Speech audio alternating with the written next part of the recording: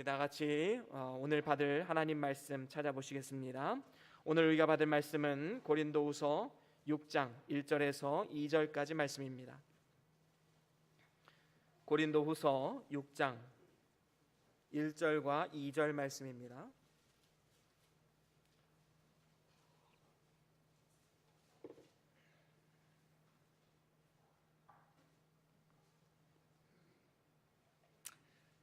고린도후서 6장 1절에서 2절 말씀 우리 다 같이 한 목소리로 함께 합독하시겠습니다. 시작.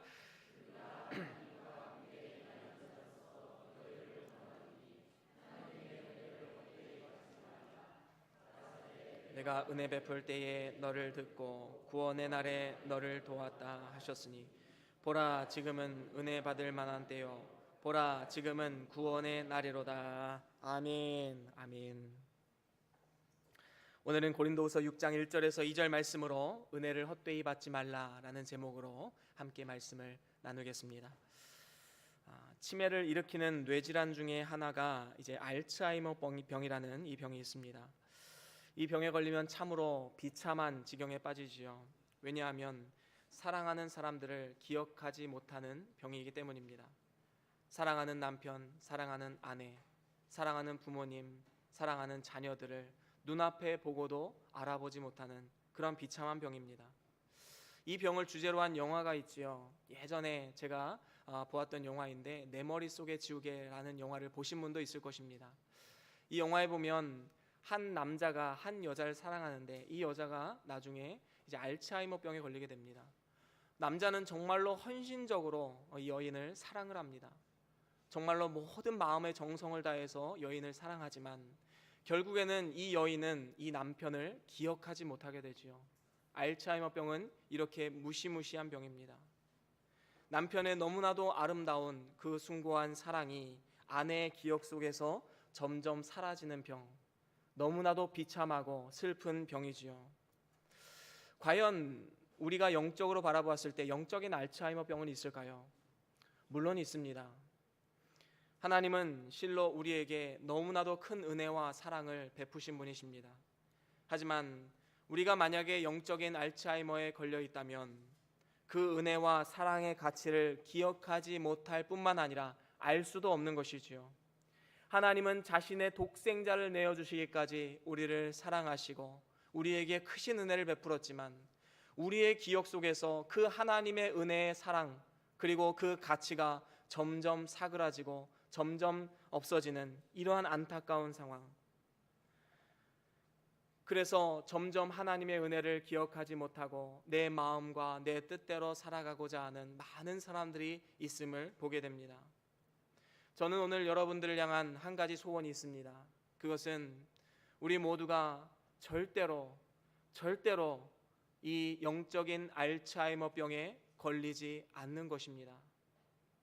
이것은 우리의 삶을 피폐하게 만듭니다. 비참하게 만듭니다. 하나님의 관계를 깨뜨리게 만듭니다. 오늘 말씀 1절에 나오는 표현을 빌리자면 하나님의 은혜를 헛되이 받아서는 안 된다라는 것이지요. 하나님께서 많은 은혜를 주셨는데 우리가 받는 입장에서 헛되이 받는다. 그 가치를 모르고 그 사랑과 은혜를 기억 속에서 떠나보내게 만드는 이러한 어리석은 인생을 살아서는 안 된다라는 것이지요. 우리 1절 말씀 다시 한번 읽어볼까요? 함께 오늘 본문 말씀 1절입니다. 함께 읽겠습니다. 시작. 우리가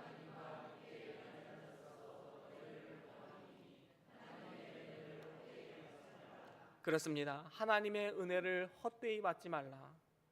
하나님의 은혜를 가치 없이 받아들이거나 무의미하게 받아서는 안 된다라는 것이지요. 점점 기억 속에서 잊혀져가는 그러한 어리석은 인생은 절대로 살아서는 안 된다라는 것입니다.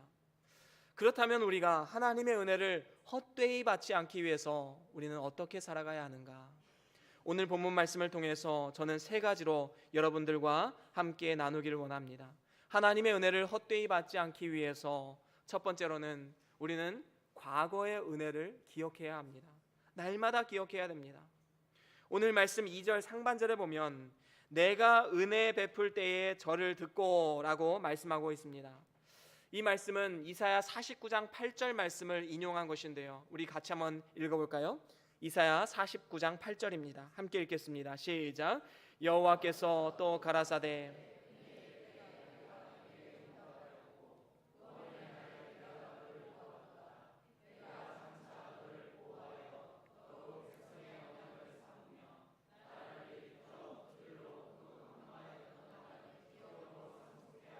아멘. 그렇습니다. 여기서 보면 여호와께서 또 가라사대 은혜의 때에 내가 너를 응답하였고 구원의 날에 내가 너를 도왔다라고 말씀하고 있지요. 과거형입니다. 하나님께서 이스라엘 백성들을 출애굽시키고 광야의 여정 가운데 많은 은혜와 하나님의 섭리를 경험하고 결국에는 가나안 땅을 취했던 것, 이 모든 것이 다 하나님의 은혜라는 것이지요. 이것을 기억해라라는 것입니다. 그리고 그 하나님께서 지금 장차 너를 보호하실 것이다. 그래서 하나님은 장차 소망을 가지신 하나님, 우리의 소망이 되시고 우리의 삶의 모든 것이 되시는 그 하나님을 증거하고 있는 것입니다. 바로 이 말씀을 상기시키면서 오늘 사도 바울은 고린도 교회 교인들에게 이처럼 하나님의 은혜가 있었으니 그 은혜를 절대로 잊지 말아야 된다. 그 하나님의 은혜를 날마다 기억해야 된다라고 말씀하고 있는 것입니다. 그렇습니다. 우리가 어떠한 상태에서 구원받았습니까? 죄와 사망의 노예로부터 구원받은 것 아닙니까?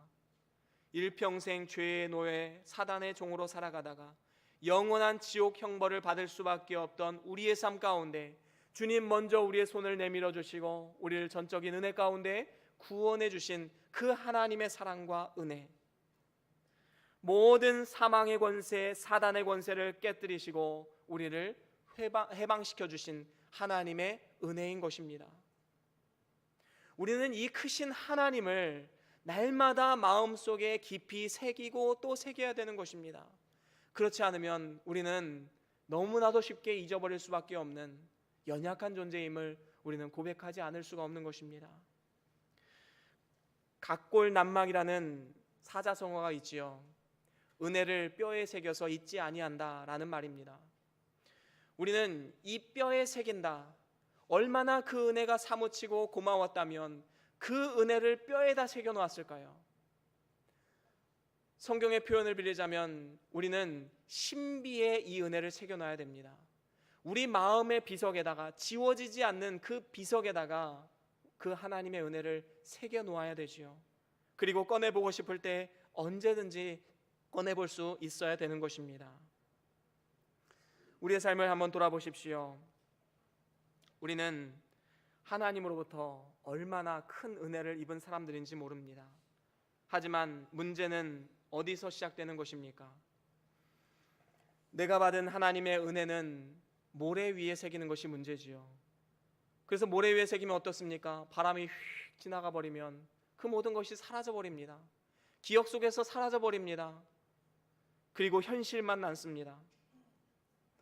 그리고 하나님과 사람에게 받은 상처, 슬픔, 삶의 고난과 역경은 마음의 신비에 새겨버립니다. 절대로 잊지 않지요. 이렇게 반대로 하기 때문에 우리의 삶에 많은 문제들이 생겨나게 되는 것입니다. 하나님께 불평과 불만, 그리고 불신 속에서 살아가는 많은 사람들이 있게 되는 것입니다. 우리는 하나님의 은혜를 각골난망해야 합니다. 그리고 마음의 신비에 새겨야 합니다. 출애굽했던 이스라엘 백성도 어떻습니까? 그 하나님의 은혜를 모래 위에 썼기 때문에 금방 또 잊어버리지요. 사실 이집트 땅에서 노예 생활을 청산하고 하나님의 크고 놀라우신 은혜와 또 능력을 경험했던 이스라엘 백성들, 갈라진 홍해를 마른 땅처럼 건너고 반석에서 나오는 물을 마시고 낮에는 구름 기둥으로 뜨거운 태양빛을 가리고 밤에는 불기둥으로 매서운 추위를 가리워주는 이러한 하나님의 능력을 경험했습니다. 배고플 때 만나와 메추라기로 그들을 먹이셨습니다.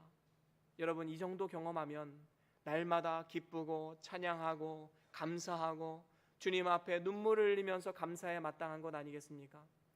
하지만 이스라엘 백성들은 그 하나님의 은혜를 모래 위에 새겼습니다. 그리고 어떻게 합니까? 금방 또 잊어버립니다.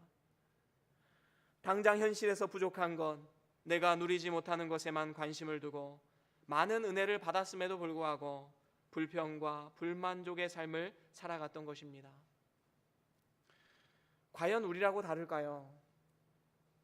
우리도 사실은 마찬가지지요.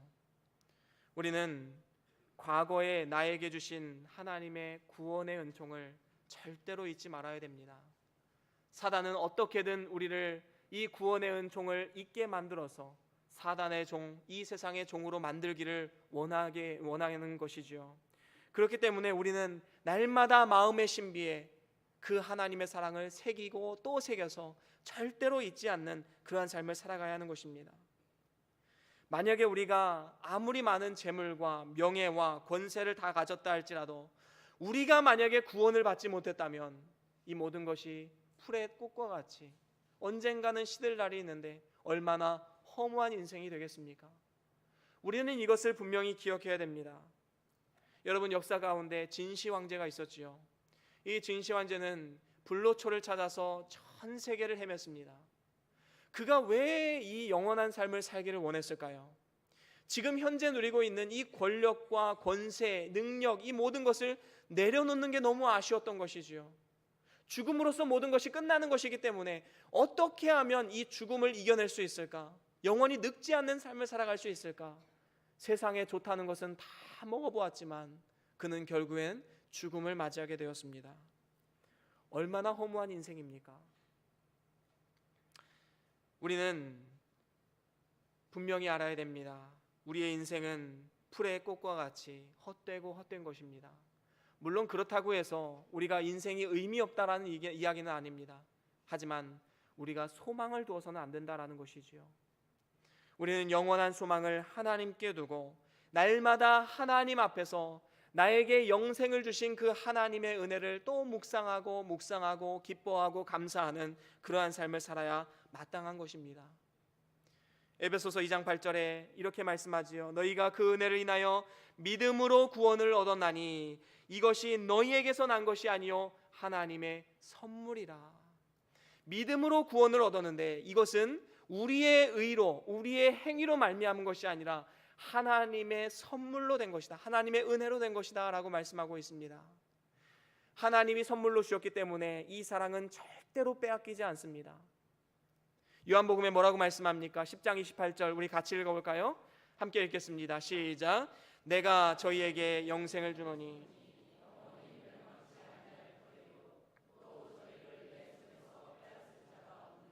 그렇습니다. 우리가 예수님을 믿고 구원받은 이 구원의 은총은 하나님께서 선물로 주신 것이기 때문에 영원히 멸망치 않고 저희를 내 손에서 빼앗을 자가 없다. 하나님은 우리 영혼들을 빼앗기지 않으시는 분이십니다. 그 어떠한 것으로도 하나님의 사랑을 끊을 수가 없는 것이지요. 이러한 영원히 빼앗기지 않는 그 크신 구원의 은혜, 하나님의 선물로 받은 영생의 은혜를 우리는 절대로 잊어서는 안 되는 것입니다. 날마다 또 날마다 그 하나님의 은혜를 기억하고 하나님께 감사하는 삶을 살아가야 되는 것이지요. 이삭의 두 아들 가운데 에서는 이 장자의 명분을 팥죽 한 그릇만도 못하게 여겼습니다. 여러분, 우리가 에서를 욕할 형편이 될까요? 단돈 10,000원도 되지 않는 돈에 하나님의 장자된 명분을 팔아넘기는 사람도 있습니다. 얼마나 어리석은 삶인지요. 이후에 에서는 후회했지만 이미 때는 늦어버렸습니다. 과연 우리는 하나님이 나에게 베푸신 은혜를 존귀하게 여기고 있는가? 우리는 우리의 삶을 돌아볼 필요가 있는 것입니다. 우리는 어쩌면 그저 있어도 그만 없어도 그만 몸이 건조한 신앙을 가지고 있지는 않는가? 우리는 우리의 삶을 들어보아야 되는 것입니다. 그렇습니다. 우리가 받은 그 은혜는 그 무엇과도 바꿀 수 없는 하나님의 크신 은혜입니다. 존귀한 것입니다. 그렇기 때문에 우리는 절대로 잊어서는 안 되는 것이지요. 우리가 잘 아는 서문학교회의 4번째 목사였던 이 폴리감 목사님의 일화를 여러분들도 아실 것입니다. 그 당시에 이 폴리감 목사님 시대에 이제 로마 황제는 마르쿠스 황제였습니다. 아주 극심한 기독교 핍박이 이루어졌던 때였지요. 이 마르쿠스 황제가 이제 서문학교회 통지를 합니다. 지금부터 이 교회는 폐쇄한다. 다 교회는 성도들 떠나라. 떠나지 않으면 너희들은 다 멸망할 것이다. 성도들은 말합니다. 폴리감 목사님, 교회를 떠나서 잠시 숨어 계십시오. 우리도 숨어 있겠습니다. 하지만 폴리감 목사님은 끝까지 교회를 지키셨습니다. 그리고 결국에는 로마 황제 앞에 섰지요. 로마 황제는 이렇게 말합니다. 네가 오늘 나에게 굴복하고 이제 황제를 숭배하기로 결정하면 내가 오늘 너의 목숨을 살려주겠다.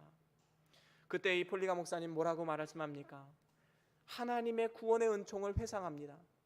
내가 86년 동안 하나님을 섬겨오면서 하나님은 나를 한 번도 저버린 적이 없는데 내가 어떻게 내 목숨을 구걸하고자 하나님을 저버릴 수가 있는가? 하나님이 나에게 영생의 삶을 주셨고 구원의 은총을 주셨는데 어떻게 내가 하나님을 배신할 수 있는가? 그는 자랑스럽게 화형장에서 생을 마감하게 되었습니다. 물론 풀무불에서 다니엘의 세 친구가 구원을 받았던 이러한 역사는, 기적은 일어나지 않았습니다. 하지만 그 이후의 역사를 통해서 기독교는 말할 수 없는 폭발적인 부흥을 이루게 되었고, 그리고 결국에는 로마까지도 무너뜨리는 그러한 역사가 일어나게 되었던 것입니다. 그렇습니다. 우리는 어떠한 어려운 상황에 빠졌을 때 하나님의 은혜를 회상을 해야 됩니다. 만약에 여러분 가운데 나는 회상할 하나님의 은혜가 없다라고 생각되어진다면 여러분 심각한 문제입니다. 우리는 하나님의 은혜에 대한 그 사무치는 은혜, 생각만 해도 눈물이 주르륵 흐를 수밖에 없는 그 크신 하나님의 은혜에 대한 기억이 있어야 됩니다. 그래서 우리가 힘들고 어려울 때마다 그 기억을 꺼내보고, 아 그래, 하나님이 나를 이렇게 사랑하셨지, 나를 이렇게 인도하셨지. 우리는 그 은혜를 우리 마음속에 새기면서 살아가야 된다는 것이지요. 저와 여러분들이 어떠한 상황 가운데서도 과거에 하나님이 나를 어떠한 상태에서 부르시고 구원의 은총을 베푸셨는지 절대로 잊지 말고 늘 묵상하고 기억할 수 있기를 간절히 소원합니다.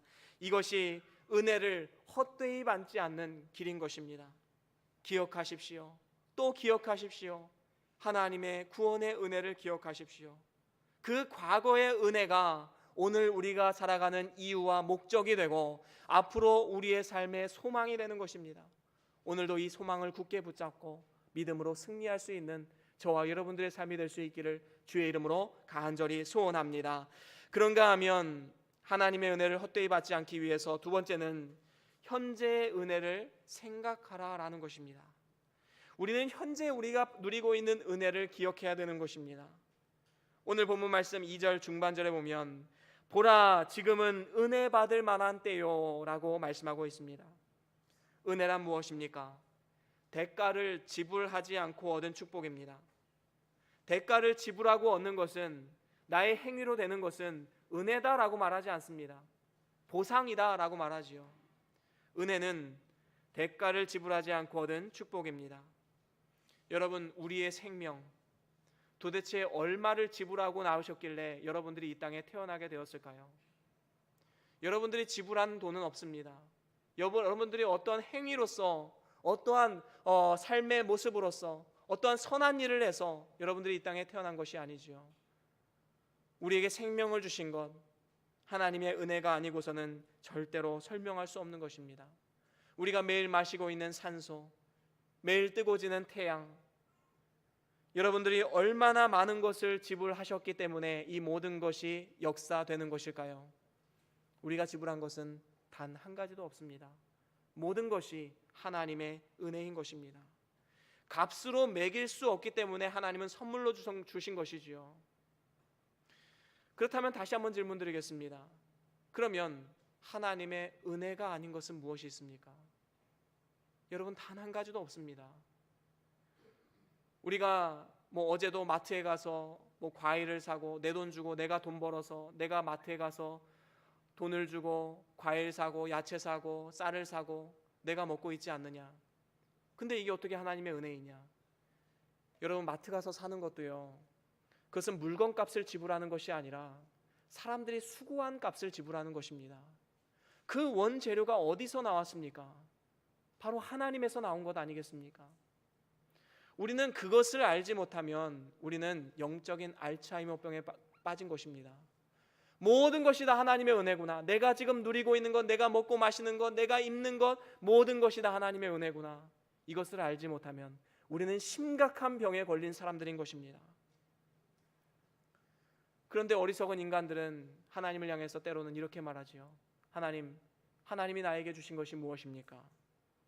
하나님께 섭섭한 마음이 들기 시작하고 현실을 생각하면 짜증이 나고 원망이 되고, 이러한 상황 가운데서는 절대로 하나님의 은혜가 경험되어질 수가 없습니다. 우리는 절대로 어떤 상황 속에서도 하나님이 나에게 준 것이 뭐가 있어? 라는 이러한 불평을 해서는 안 되는 것입니다. 이 말은 뭐와 똑같습니까? 나는 지금 심각한 뇌질환, 영적인 알츠하이머병을 나는 지금 겪고 있어요 라고 말하는 것과 똑같은 것입니다. 영어로 present라는 단어가 있습니다. 저는 이 present라는 이 단어를 생각하며 묵상할 때마다 참으로 귀한 의미가 담겨져 있다라고 생각이 듭니다. 이 단어에는 두 가지 의미가 있지요. 현재라는 의미도 있습니다. 그리고 선물이라는 단어의 의미도 있습니다. 물론 그 밖에 여러 가지 의미가 있지만 가장 많이 쓰이는 단어가 바로 현재, 선물, 이러한 단어입니다. 여러분, 한 단어 안에 왜 이렇게 전혀 다른 의미가 함께 담겨져 있을까요? 여러분, 어쩌면 현재 우리가 누리는 모든 것이 선물이다라는 의미로서 이 present라는 단어가 생겨나지 않았는가라는 생각을 해보게 됩니다. 전도서 3장 13절에도 이렇게 말씀하고 있지요. 우리 같이 읽어보겠습니다. 시작. 사람마다 먹고 마시는 것과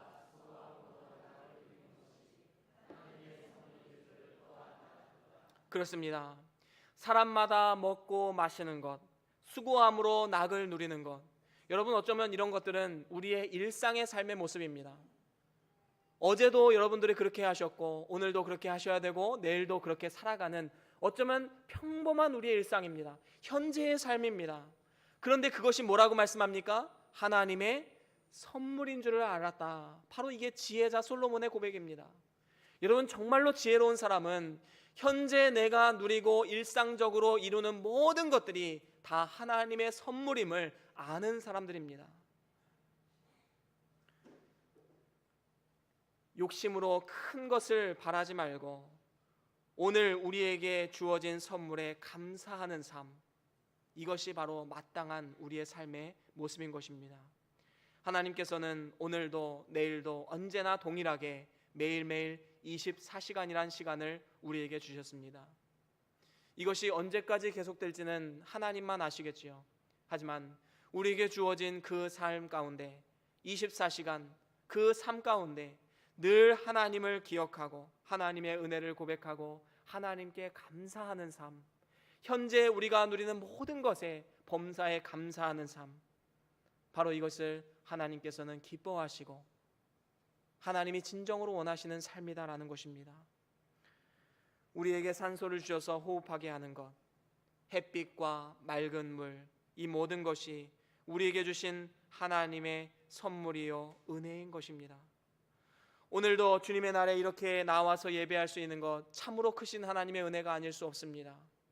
지금도 예배를 참여하기를 원하지만 육신의 질병으로 인하여서 이 자리에 나오지 못한 우리 많은 성도들이 있습니다. 그분들을 생각할 때 우리가 이 자리에 나와 있다라는 것만으로도 얼마나 큰 은혜요, 감사의 조건인지 모릅니다. 절대로 이 시간들을 허투루 보낼 수가 없는 것이지요. 먹을 양식이 없거나 병으로 인해서 먹지 못하는 이들이 많다는 것을 안다면 우리는 빵 한 조각에도 눈물을 흘리면서 감사의 고백을 해야 마땅한 것입니다. 모든 것이 다 은혜요, 감사의 조건인 것이지요. 뿐만 아니라 우리의 삶에 가시와도 같은 것들도 감사의 조건이 될 수 있습니다. 사도 바울에게는 하나의 육체의 가시가 있었지요. 그 가시가 무엇인지는 성경은 정확히 말하고 있지 않습니다. 하지만 정확한 것은 무엇입니까? 사도 바울은 이로 인해서 많은 힘든 마음이 있었고 또 여러 가지 고난의 삶을 살았다라는 것이지요. 이 육체의 가시가 떠나가기를 3번 주께 간구합니다. 3번 주께 간구했다는 것은 그저 3번 기도했다라는 것이 아니라 전심을 다해서 어쩌면 금식을 하면서 정말로 땀방울이 핏방울이 되듯이 정말로 열심히 기도했을 것입니다. 그런데 하나님의 응답이 무엇입니까? 내 은혜가 내게 족하도다.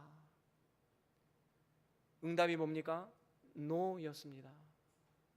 하나님, 제가 이 육체의 가시만 제거되면 더 열심히 사역할 수 있고 더 큰 일을 이룰 수 있고 더 많이 전도할 수 있고 더 많은 사람들에게 하나님의 사랑을 전할 수 있는데 왜 육체의 가시를 빼주지 않는 것인가요?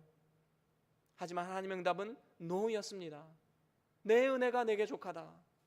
자, 이것을 깨달았을 때 사도 바울의 태도가 어땠습니까? 우리 같이 한번 말씀을 읽어보겠습니다.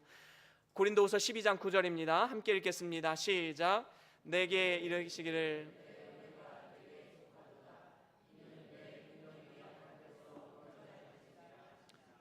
이러므로 도리어 크게 기뻐함으로 나의 여러 약한 것들에 대하여 자랑하리니.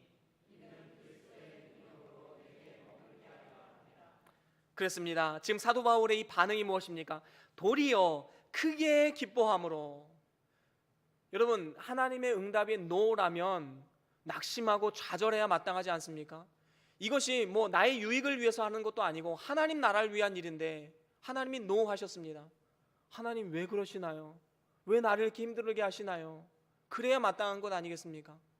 그런데 오히려 사도 바울은 크게 기뻐하며 뭐라고 말씀합니까? 나의 여러 약한 것들을 자랑하리니 그리스도의 능력으로 내게 머물게 하려 함이라.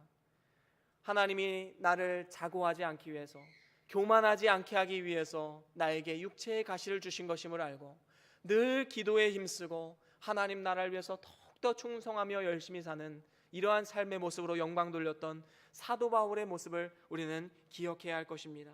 더 간절하게 기도하게 하시고 온전케 하기 위해서 때로는 육체의 가시도 우리에게 주심을 분명히 알아야 되는 것입니다.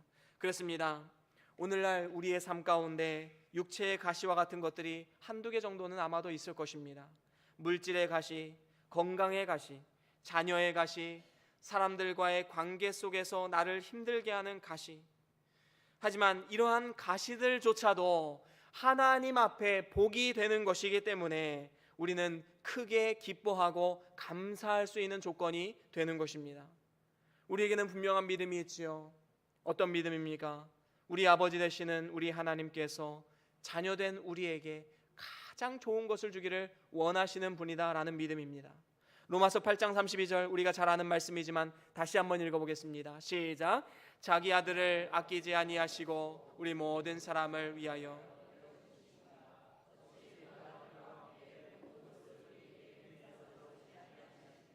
그렇습니다. 아들과 함께 모든 것을 우리에게 은사로 주지 않겠느냐? 은사라는 것은 선물입니다. 하나님께서 선물로 주지 아니하시겠느냐? 다시 말하면 우리가 보기에는 이것이 가시같이 보이고 때로는 고난과 역경처럼 보이지만 하나님 편에서는 결국에 우리에게 선물을 주시기 위해서 큰 복을 예비하시기 위해서 하나님이 때로는 우리 삶 가운데 육체의 가시를 주실 때가 있다라는 것입니다. 사랑하는 성도 여러분, 지금 현재 우리가 누리는 모든 것은 하나님이 우리에게 주시는 선물이요 은혜임을 우리는 절대로 잊지 말아야 합니다. 현재의 은혜를 생각하십시오. 그리고 그 은혜에 감사하십시오. 바로 이것이 하나님의 은혜를 헛되이 받지 않는 길인 것입니다. 그런가 하면 하나님의 은혜를 헛되이 받지 않기 위해서 세 번째로는 기회를 놓치지 말아야 합니다. 오늘 본문 말씀 2절 마지막에도 보라 지금은 구원의 날이로다 라고 말씀하고 있지요. 우리가 은혜를 헛되이 받지 않기 위해서는 바로 지금이 은혜를 받을 만한 때요, 바로 지금이 구원의 날임을 우리는 기억해야 할 것입니다.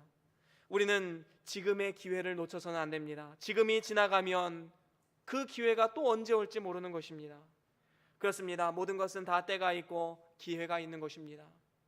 예수 믿을 기회도 있고 회개할 기회도 있고 감사할 기회도 있고 남을 대접하고 섬길 기회도 있고 헌금할 수 있는 기회도 있고 여러 가지 은혜 받을 기회도 있는 것입니다. 그 기회를 놓치고 나중에 후회한다면 은혜를 헛되이 받는 것이지요. 이러한 어리석음을 범해서는 안 되는 것입니다. 그래서 우리의 삶에 기회가 찾아온다면 우리는 기쁜 마음으로 그 기회를 놓치지 말고 순종해야 하는 것입니다. 내일 하겠다고 하면 어쩌면 늦습니다. 어쩌면 기억하지 못할 수도 있습니다. 성경에 나오는 감사의 예를 찾아볼까요? 누가복음 17장에 보면 예수님께 10명의 문둥병자가 나옵니다. 그리고 그 예수님께 간절하게 구합니다. 그러자 예수님께서 10명의 문둥병자를 다 고쳐주었지요. 그러자 모두 기쁜 마음으로 돌아갑니다. 그리고 마지막에 한 사람이 돌아옵니다. 그 사람은 사마리아인이었다. 사람들이 개똥 취급하는 이 사마리아인 한 사람만 예수님께 돌아왔다. 그러면서 예수님께서 뭐라고 말씀합니까? 우리 같이 읽어볼까요? 누가복음 17장 17절입니다. 함께 읽겠습니다. 시작. 예수께서 대답하여 가라사대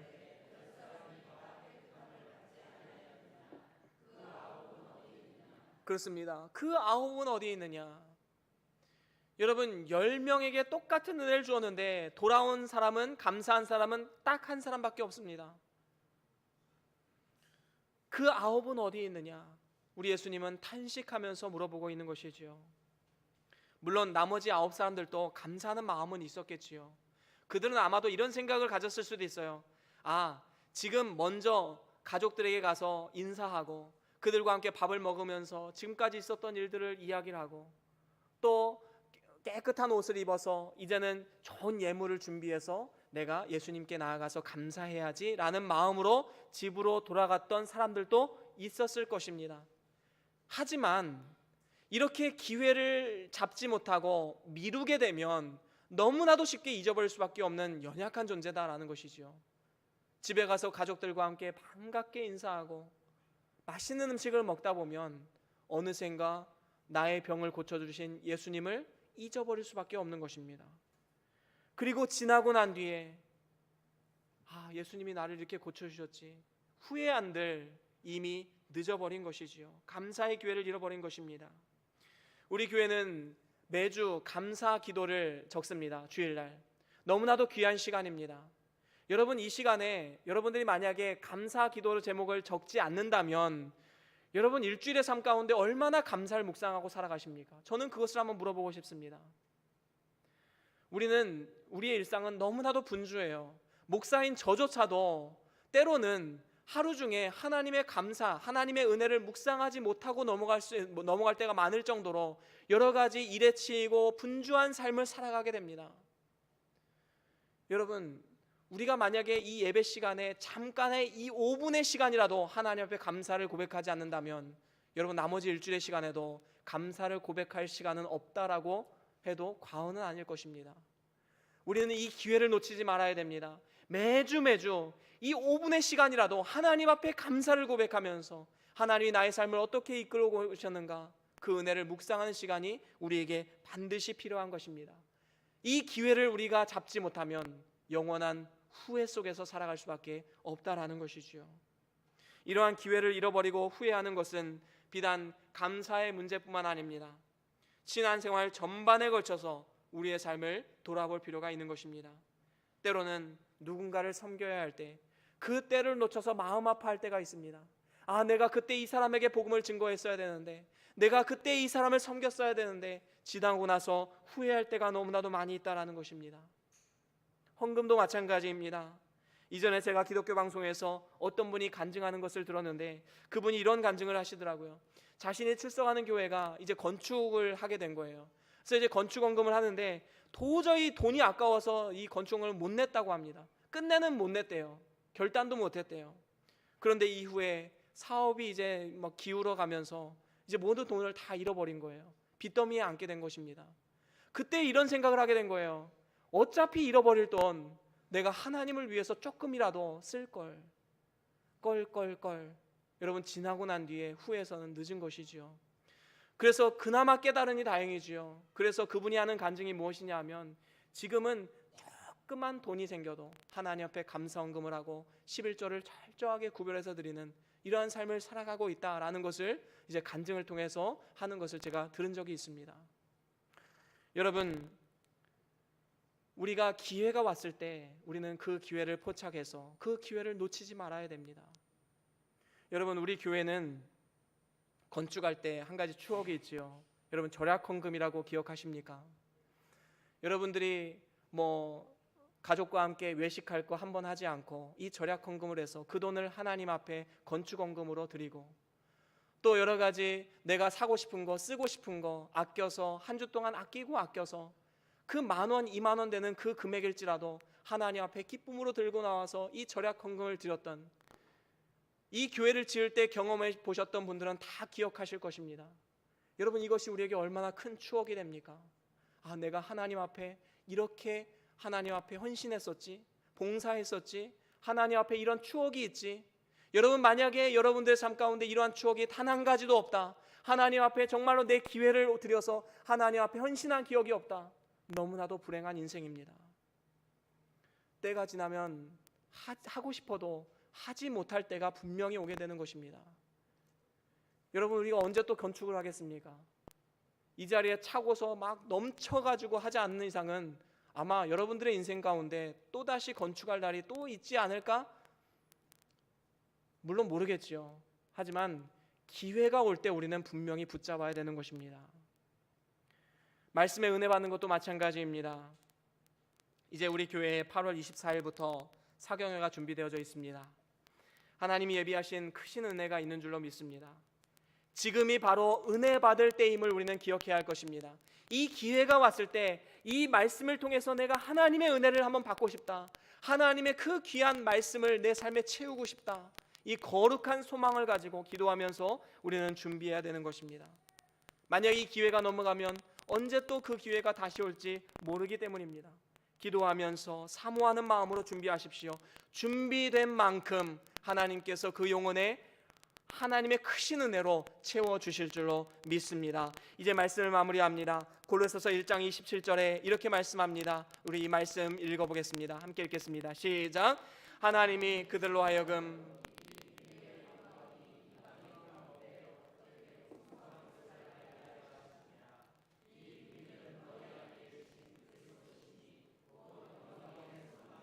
그렇습니다. 우리는 이미 하나님으로부터 풍성한 은혜를 받은 사람들입니다. 그래서 그 비밀의 영광이 이방인 가운데 어떻게 풍성한 것임을 알게 하려 하십니다. 하나님은 너무나도 풍성하게 우리에게 은혜를 주시는 분이십니다. 그래서 이 비밀은 너희 안에 계신 그리스도시니, 이 그리스도가 뭐라고요? 하나님의 영광이니라. 우리는 그리스도를, 자기 아들을 내어주시기까지 크신 풍성한 은혜를 받은 하나님의 자녀들입니다. 그분이 우리의 영원한 소망 되십니다. 예수님이 있으면 우리는 모든 것을 얻은 것이고, 예수님이 없으면 우리는 모든 것을 다 잃은 사람들입니다. 이러한 하나님의 풍성한 은혜를 잊고 살아가는 영적인 알츠하이머병에서 우리는 벗어나야 됩니다. 이제는 하나님의 은혜를 헛되이 받지 않고 이제는 하나님의 은혜를 기억하는 삶을 살아가야 합니다. 이를 위해서 우리는 세 가지를 함께 배웠지요. 첫 번째는 무엇입니까? 과거의 은혜를 우리는 기억해야 됩니다. 과거에 우리에게 얼마나 큰 은혜를 베푸셨는지. 두 번째는 무엇입니까? 현재의 은혜를 생각해야 됩니다. 현재 우리가 누리는 모든 것들 하나님의 은혜임을 우리는 생각해야 됩니다. 세 번째는 무엇입니까? 그렇습니다. 기회를 놓치지 말아야 됩니다. 은혜 받을 만한 때, 구원의 때, 그 때를 놓치지 않고 기회를 잘 포착해서 우리 이 세 가지를 꼭 기억하고 우리의 영원한 소망 되신 예수 그리스도를 붙잡는 성공적인 인생을 살아가는 저와 여러분들의 삶이 될 수 있기를 주의 이름으로 간절히 소원합니다. 우리 다 같이 오늘 받은 말씀 기억하시면서 잠깐 동안 기도하시겠습니다. 어떠한 말씀을 들으셨습니까? 무엇을 깨달으셨습니까?